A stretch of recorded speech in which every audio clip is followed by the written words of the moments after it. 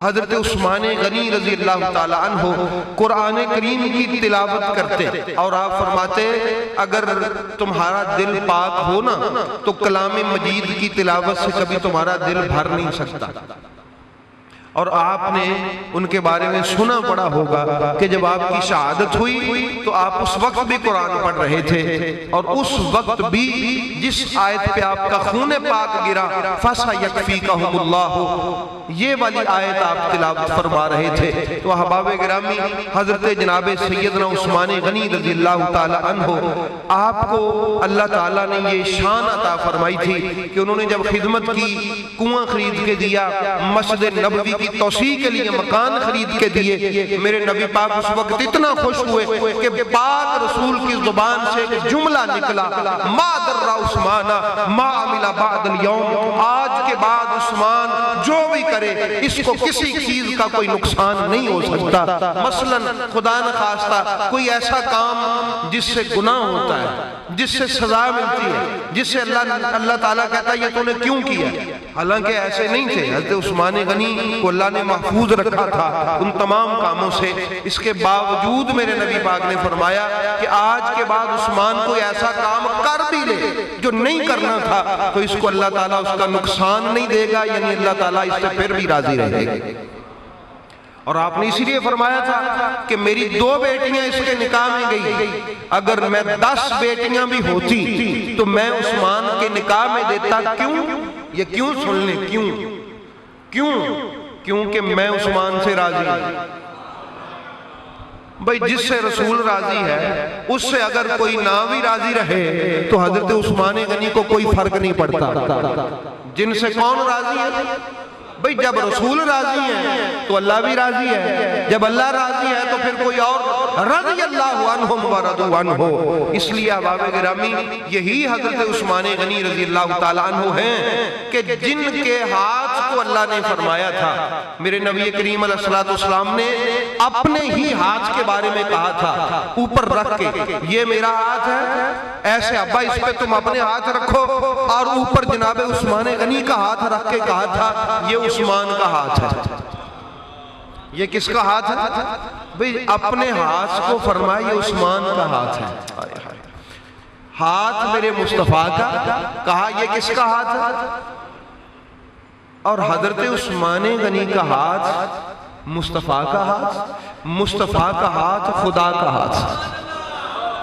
یہ جو اوپر ہاتھ تھا نا یہ دیکھنے میں تیرا تھا، کہنے میں عثمان کا تھا، لیکن حقیقت میں میرا۔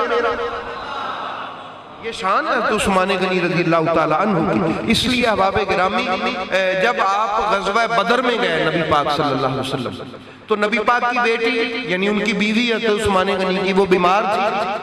فرمایا عثمان تو ہمارے ساتھ نہیں جائے گا،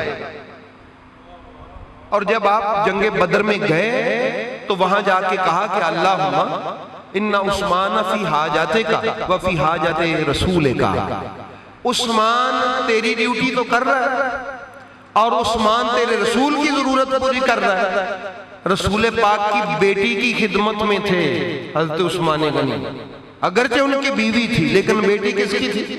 رسول پاک کی۔ تو نبی پاک عرض کرنے اللہ کی بارگاہ میں کہ یا اللہ عثمان چونکہ تیرے رسول کی بیٹی کی دیکھ بھال کر رہا ہے تو گویا وہ تیری خدمت کر رہا ہے، وہ گویا تیرے رسول کی خدمت کر رہا ہے، وہ اس جنگ سے دور نہیں ہے، یا اللہ اس کو بھی اس میں شامل رکھ۔ جب قیامت والے دن، مقصد کیا تھا رسول پاک کا کہ قیامت والے دن جب بدری سے ابا کی فہرست بنے، ایسا نہ ہو کہ اس میں میرے عثمان کا نام ہی نہ ہو، اگرچہ وہ نہیں آیا۔ اس لیے جب نبی پاک علیہ السلام واپس گئے تو مال غنیمت تقسیم فرمایا، تو جو غیر حاضر تھے نا، جو مجاہدین کو دیا جاتا ہے، ان کو مجاہدین والا مال غنیمت نہیں ملا، صرف حضرت عثمان غنی کو ملا۔ پتہ چلا جو رسول کی اولاد کی خدمت میں ہوتا ہے وہ بارگاہ خدا میں بھی حاضر ہوتا ہے، بارگاہ مصطفیٰ میں بھی حاضر ہوتا ہے۔ اس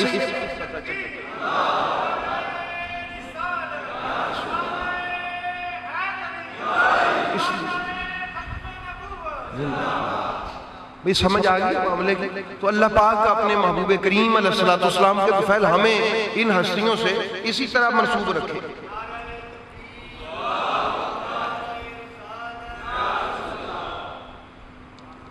تو جناب سیدنا عثمان غنی رضی اللہ تعالی عنہ آپ کے بارے میں ترمذی شریف میں حدیث پاک ہے کہ ایک جنازہ آیا ترمذی شریف میں، نبی پاک علیہ السلام نے فرمایا یہ جو شخص تھا نا اس کا جنازہ میں نے نہیں پڑھنا۔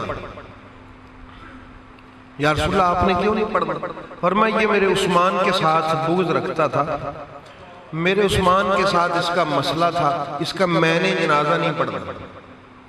صحابہ کرام سے فرمایا تم پڑھ لو، صحابہ سے فرمایا تم اس کا جنازہ پڑھ لو، یہ بھی نہیں کہا کہ اس کو ویسے ہی دفنا دو، پڑھ لو اس کا جنازہ، لیکن میں نہیں پڑھوں گا۔ پتہ چلا کہ جو حضرت عثمان غنی رضی اللہ تعالی عنہ سے روڑا رکھتا ہے، میرے نبی فرماتے ہیں میری نگاہ میں وہ کھٹکتا ہے، میں اس کے لیے دعائے مغفرت نہیں کرتا۔ اگر دعائے مغفرت کی ضرورت ہے تو جناب عثمان غنی رضی اللہ تعالیٰ عنہ سے حب کا ہونا اور عقیدت کا ہونا دعائے مصطفیٰ کے لیے بڑا ضروری ہے۔ اور سیرت علی کیا ہے؟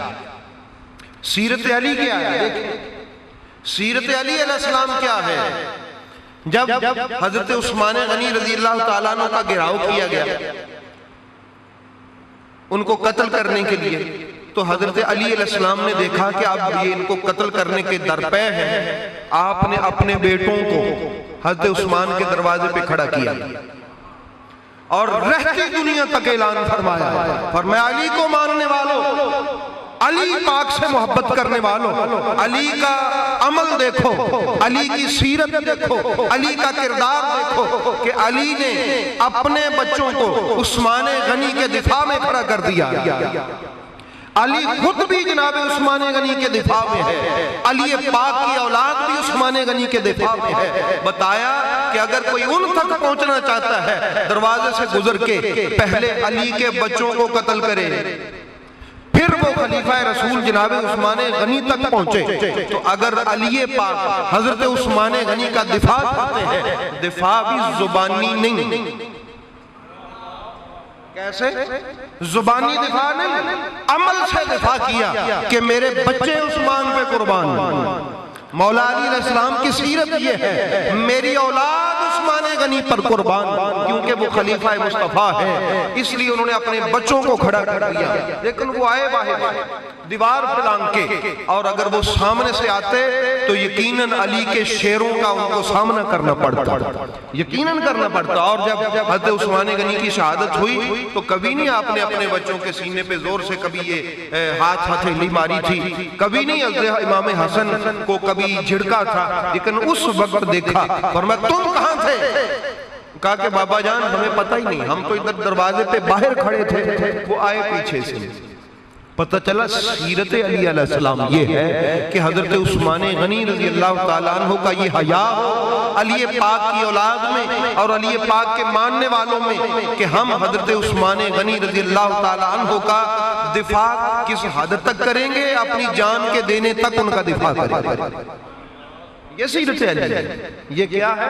یہ سیرت علی علیہ السلام ہے۔ اس لیے احباب گرامی ہم خوشبخت ہیں کہ اللہ نے ہمیں وہ شخصیات عطا فرمائی کہ جن کا ذکر روح کی جلا ہے، دلوں کی زندگی ہے، جسم میں وجود میں حیا اور پاکیزگی کا سبب ہے۔ جس کی آنکھ میں حیا نہیں ہے وہ چلتا پھرتا دیکھنے میں انسان ہے، وہ حقیقت میں انسان نہیں ہے۔ اگر انسانیت چاہیے تو حیا کی دولت لیں، اور حضرت سلطان العارفین فرماتے ہیں حیا کی دولت لینی ہے تو جناب عثمان غنی کے غلام بن جاؤ، وہ نگاہ کرم فرمائیں گے، رب تیرے وجود میں حیا کی تاثیر پیدا فرما دے گا۔